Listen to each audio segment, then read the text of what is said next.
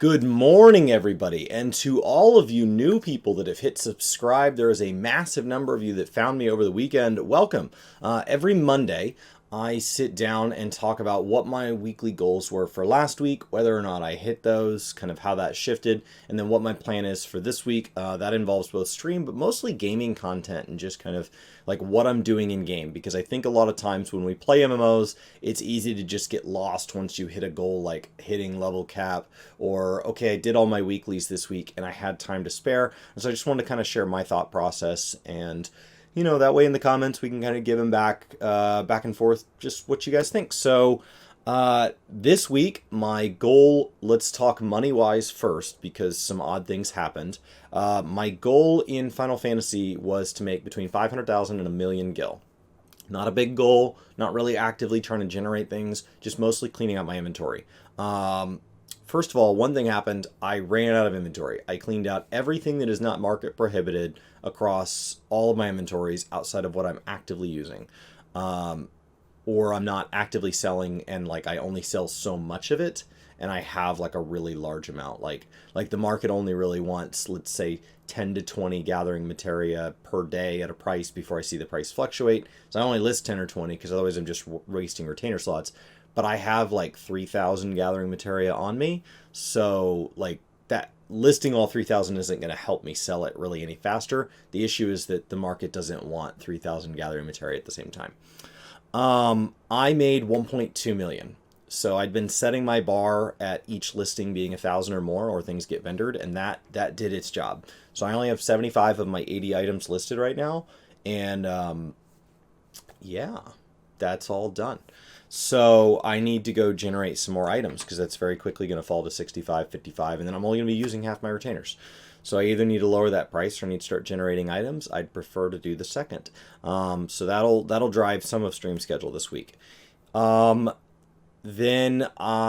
in WoW, my goal was to make 150,000 to 250,000 a week. So I'm setting that once again really, really low. And that's because I found that I don't know if that was my exact, I may have said 250 to 500, but the number keeps dropping, and that's because I'm finding that leveling content while I'm leveling my Death Knight and now Paladin as well, it really just doesn't generate any income. I'm running old dungeons. It doesn't seem to matter. I'm farming old mats with gathering and mining. It just doesn't seem to generate any income relative to the hours I put in. Compared to something like crafting, gathering, running lax, running any form of current stuff. It just doesn't seem to do anything. But this week while I played Final Fantasy, we were doing vendor shuffles because I was dual streaming. I was showing both games on at the same time, and if I was focused on 14, I was doing a vendor shuffle on WoW. So I made only 50,000 at the auction house this week. By far the lowest since Shadowlands dropped. However, I made 150,000 gold through vendor shuffles. Some of that was because I was using stock that was already there, but like the vendor portion being a big portion of it, yeah, I made 200,000 gold this week. So phenomenal. It's just because I was streaming for so many hours that we were able to keep it live, and it was inefficient, but it was better than nothing. That it's making 5,000 an hour, something like that, 7,000 an hour, somewhere in that ballpark. But it's doing that inefficiently for hours and hours per day, 5 days a week. So that's a sign that I should always have that going, even while I'm playing other games, because it does add up. If you add it up. So leveling wise, the goal this week was to be in Shadowlands and Shadowbringers with both my 14 characters and my WoW characters. Dark Knight made it almost to 71. That was the goal. I made it to just under 71, and Paladin's at 77, and then I'll be done with my tanks here in Final Fantasy XIV. I did take a day and just level crafting, and I got my armor from 70 to 76. That was a ton of fun. Spent some time in the new diadem, got to shoot missile launchers at stuff because that's a thing we can do now. I'd seen it in the live letter, was like, that's ridiculous. Now I've gotten to do it. It's still ridiculous. Then I leveled in WoW. I don't remember. Let me pull that up real quick. But it got way derailed. It got way derailed. So I only got Death Knight to 43. The goal was 50, not even close. Got Paladin to 36, which wasn't even on the goal. It was at 35, so I picked up a level there for no reason. I need to get those into Shadowlands because then all of my tanks are in Shadowlands, so I need to do that. But last week I had that day where like I just didn't want to do any group content, so that kind of, once that derailed that, that kind of shifted things. And speaking of shifting things, this week on stream I am going to be live every day at 8 Central to 2 p.m. as typical, but this Thursday we're going to have a co-stream with Xandri. Xandri is a past WoW player, moved to 14 player. Now she's a full-time content creator here on Twitch, with a little bit on YouTube as well. Mostly, I think, just things that she has a chance to make as a result of stream for now, but I you know, she may have other intentions there. And having that relationship between like WoW and 14 is something we have in common. We had very similar WoW experiences in some ways, but very different in others, and that has resulted in, like, it's just because we look for different things in games. She's very narrative driven, and she has raided, and so like we have raiding in common, but like we don't have a lot of like the gold making and things like that in common, and we don't have lore in common. So like it's just, it results in interesting conversations every chance I get the chance to visit with her, and I don't always hit the record button when we're hanging out. So you know, sometimes it's before or after a podcast, or I'm hanging out in her stream, and like I think there's something interesting there. So what we're gonna do is we're gonna run a Final Fantasy dungeon, followed by a World of Warcraft dungeon. We're going to start with the first dungeon in both games, and then I need to do the math, but our plan was to do the second dungeon in both games, but I think at some point they may get off. They both have a lot of dungeons, so we've got time before that's a problem. But yeah, start lining up some comparisons, and go just run that. She's going to run as tank, and I'm going to run as healer, because she's comfortable tanking in both games, has a tank in both games. I'm comfortable with either, and we want those fast queues. So by having the tank and the healer, we always guarantee that we're at the top of the list. So I need to get my healing stuff set back up on this computer, because I have not healed in a very long time. So there needs to be a plan there. I don't have one. So so that'll take point sometime this week, because Thursday at noon Central, I have to have a healer on both games. Then we're going to chat for a bit afterwards. I'll probably just be doing like Diadem or something, and we're just going to hang out and talk for a bit about kind of both games. That chat will vary each week, and then that chat portion, the post portion, where we're just you know, hanging out, answering some questions like what made you make the switch from 14 to WoW and back and forth, and what draws you back into each game, and kind of what each game has meant to us over the years, and you know, comparing the dungeons and comparing the systems and what we think each game does better, and all of that conversation piece, whatever that ends up being, that will get uploaded to her YouTube channel, link in the description below. And my portion will be the dungeon portion, which I'm hoping I'll be able to use my dual stream layout for. Haven't quite troubleshot that yet. So this week, every time I get off for the day, she's live after me. My plan will be to start like setting that up in a non-live state, because I'll be able to start like pulling her stream and all of that. So I may test that at some point later in the week, like at the end of a stream, like Wednesday. So hang out at the very end of the stream if you want to kind of get a glimpse of what that's going to be like on Thursday. Yeah, that's kind of the big things there. As far as gold making this week, I would like to aim for 500,000 to a million again on 14. I think the issue now is going to be generating enough items. And on WoW, I'd like to aim to be 200,000 in the profit again. I think that's a good goal. 20,000 per day, 150 to 250 is kind of where I'd like to set that. So not major numbers, but I'd like to set it at profit. So I'd like this week for me to break 1 million gold on hand, which means that I need to cut spending. So I think if I just cut spending and keep doing what I'm doing, it'll take care of itself. But like, I'd like to start making 250,000 a week. long term. So let's do 150 to 250 this week. And other than that, it's been a big shift in me. Like, I don't normally work over the weekends, and I had posts to get me through the middle of this week, and I burned them all this weekend by posting them because the YouTube algorithm was willing to share them, and you guys were willing to watch them.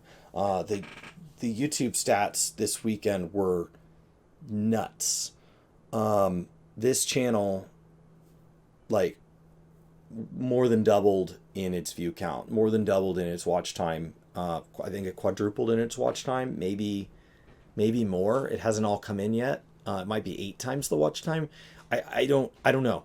The Yoshi P letter did a lot of the lifting, but just from like a YouTube algorithm standpoint, which is something, if you're a content creator, like, you either have to do this as a hobby, or if you want to start making it more than that in your life, like, you have to take the algorithm seriously, and you don't have to like it, and you don't have to like clickbait, and it really has nothing to do with whether or not you like it.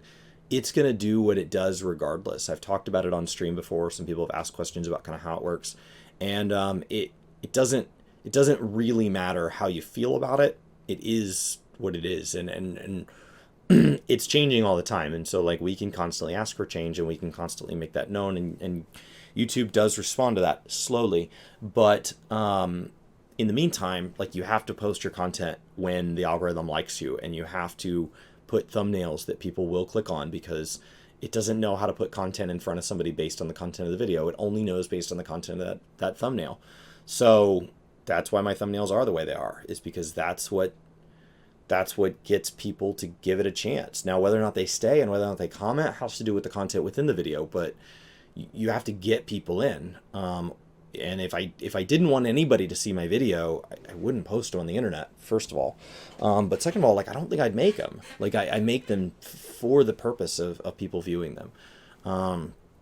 So I think for me, it's kind of overwhelming to see it grow this fast, and my response was immediately like, well, if they want this much content, then I want to give it. So I've been trying to post twice a day. I don't know how long that's sustainable for. Not forever. I at least with my current workflow, there's no way to generate content this fast outside of just putting more hours in than I can possibly maintain. But at least through the point where, like, the channel is monetized, which is, I asked you guys for help getting to 1,000 subscribers, because that gives me access to features where I can better get the content out there. It lets me do things like tag other creators and all of that. The watch time is not something I feel comfortable asking for, because the watch time only benefits me. The watch time gets me over the point where videos can start generating revenue, as long as there's not like a copyright claim or anything like that. The ads that may be already showing on videos, because YouTube changed that policy, I would now start getting roughly half of. It's like a 55-45 split. So I'm thrilled that I think it will probably clear 4,000, and then it'll go through a verification process. And then once it's through a verification process, it'll be eligible for monetization. And then there's like a lag, but it does mean that sometime around like a month or two from now, there will be paychecks coming in from Gaming Kinda. And for that, at the end of this video, for anybody that hangs out this long in the weekly updates, I just want to say that you're probably the exact group I need to thank. The watch time is something that starts to baffle me. My wife gives me crap about it. She's like, why do people listen to you that long? I don't. So there's some banter there. I don't know. I had a nice weekend with my wife, and I ducked away as often as I could to generate content and to push content that I was almost done with for later in the week. To earlier in the week, I pushed out the second voice video. It was not done. It's now up. I'm working on the third. I'd like to have it live today. My goal is 8 a.m. at the beginning of stream to have a video live, and then 2 p.m. at the end of stream to have a video live. The 2 p.m. video today is not done. So, yeah, that's my objective. So this is going to be the morning post. If YouTube lets me upload this fast enough, I'm going to go, and I'm going to go live here in 40 minutes as of this minute, and at 8 a.m. Central, and then I'm going to hang out with you guys all week. Stream last week was nuts. I have gotten more support in January than the world feels like it gave me in 2020. Not the community, but just 2020 was such a crap year for so many people, and like I really, relative to everybody else, have so little to complain about.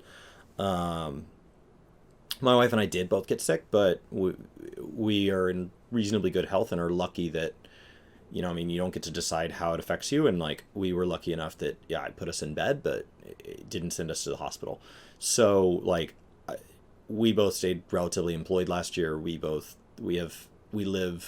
a relatively lightweight footprint, so it doesn't take a whole lot to feel whole. And we're homebodies, and so 70% of our lifestyle is quarantine. And so like, yeah, we missed the other 30%, but it, like, it's not like we went from whole to utterly not whole. It's like, no, we had to scale back what feels hefty, but I don't know. And the support that I've gotten this year just is astounding. The subscriptions are way up. The support on Twitch is way up, both chat wise, viewer wise, monetary wise. And then the watch time here tells me that if people are really interested in this much content, then it is absolutely possible that I could be generating this much content more often. I've said this a little bit before, but like December was paid for through contract support. Like basically I got a bonus on a contract, and that's what made a month of content creation possible. Is effectively a company somewhere in the world that has nothing to do with YouTube, paid for me to do YouTube. And what YouTube and what Work to Game gives me is very, very helpful. Brian and I don't talk about it a lot, but like we definitely use that money, and Brian and I use it for different things. And so like it definitely is what made like the streaming PC possible, and it's what has sent me to FanFest in the past and sent me to BlizzCon in the past. And like it's definitely helped. But to be honest, it doesn't, like, I can't live on it. And the support right now, it doesn't tell me that I can, but it does tell me that like you don't have to totally rule it out. So I need to just keep publishing and see what this does for the month of January. And so we're gonna make a go at another month. So we're gonna see what this does, and we'll just follow it week over week, and maybe we'll extend it to the month of February. So the plan for this month is to keep on streaming. The plan for this month is to keep on going. I've got some other big collabs that I'm working on, podcast stuff and some stuff here on Gaming Kinda and some stuff on stream. And I'm just going to try to lean into the stuff that I find is fun, because that's my only guess at what you guys are liking. So if you could continue to leave comments, that gives me feedback. I can't promise I'll follow all of it, but like just reading all of it just helps give me a feel of, like, I'm not going to make something I don't want to make. But if there's 5 things I'm interested in making, I don't know which one to pick. And as you guys give me feedback, that's what tells me, oh, there's a 6th I didn't think of that does sound fun, or, I really just need to go halfway between these 2, and these other ones I need to put to the side because you guys aren't interested in, like, of 5 things, I only have time to make 1 or 2, and I would rather make the ones that you guys are excited about. So that's it. That's me rambling a lot at the end about kind of just my thought process with the week. That's all this video is meant to be, is like, I don't have these thoughts beforehand. I just kind of like, just dump. This is what my mind goes through at the beginning of every week. This is what kind of my process is, if there is one. There isn't. So I'm going to keep trying to push out Realm Reborn voiceover videos. I want the WoW community to know that there's something else for them. So I'm trying to think of how to give a big project that the WoW community would find interesting. Because I don't want this channel to just be about one thing. And I want to know, by having 2 games, that I've set the precedent that it won't shock you guys if I ever decide to swap one of those out. If 14 comes to an end at the end of 6.0, I don't want the WoW fans of this channel, who maybe only play WoW, to be shocked if I add ESO in its place, or Guild Wars in its place, or right. And so like, or if 14 goes on forever and WoW just no longer interests me because every once in a while they have an expansion that does that, I would love to be able to swap that out for Guild Wars, or and it'll be slow and it'll be gradual until you'll know it's coming, and and that way I have a chance for feedback from you guys to make sure it's like, maybe you need to go back and take a second look. But maybe it's a third game, I don't know, but I just want to always have at least 2 games here, because I think it tells anybody new who comes along that, hey, he doesn't just do one thing. That way, if I ever take an interest in something else, I feel that it's okay to post it here, because Work to Game is not that, and it wasn't intentional, but that's what the algorithm has done with the channel now. And even if fans of the channel are okay with it, the algorithm is very much not okay when we start posting on other games too often. And that's a bummer, because in addition to 14, we're interested in 14. In addition to 14, like, Brian's super passionate about Outriders, and like, I'm really enjoying WoW, and there's a lot of great games coming online this year, and like, it would be neat to cover those. And like, am I going to be allowed to cover 16 on there, or is that not 14 enough? Like, is it an immediately adjacent game a problem? Is PSO2 a problem? Like, it just, the algorithm's a funny thing, and you have to respect it. So I'm just trying to set that now. So in addition to the Realm Reborn project, just expect me to probably, if I don't get it right out of the gate, take a couple stabs at WoW projects of the same scope and size, so that the algorithm knows, hey, this guy does more than one thing. That's it, guys. This one was long. Maybe they're always this long. I'm gonna get this uploaded so I can go live and see you guys over on Twitch.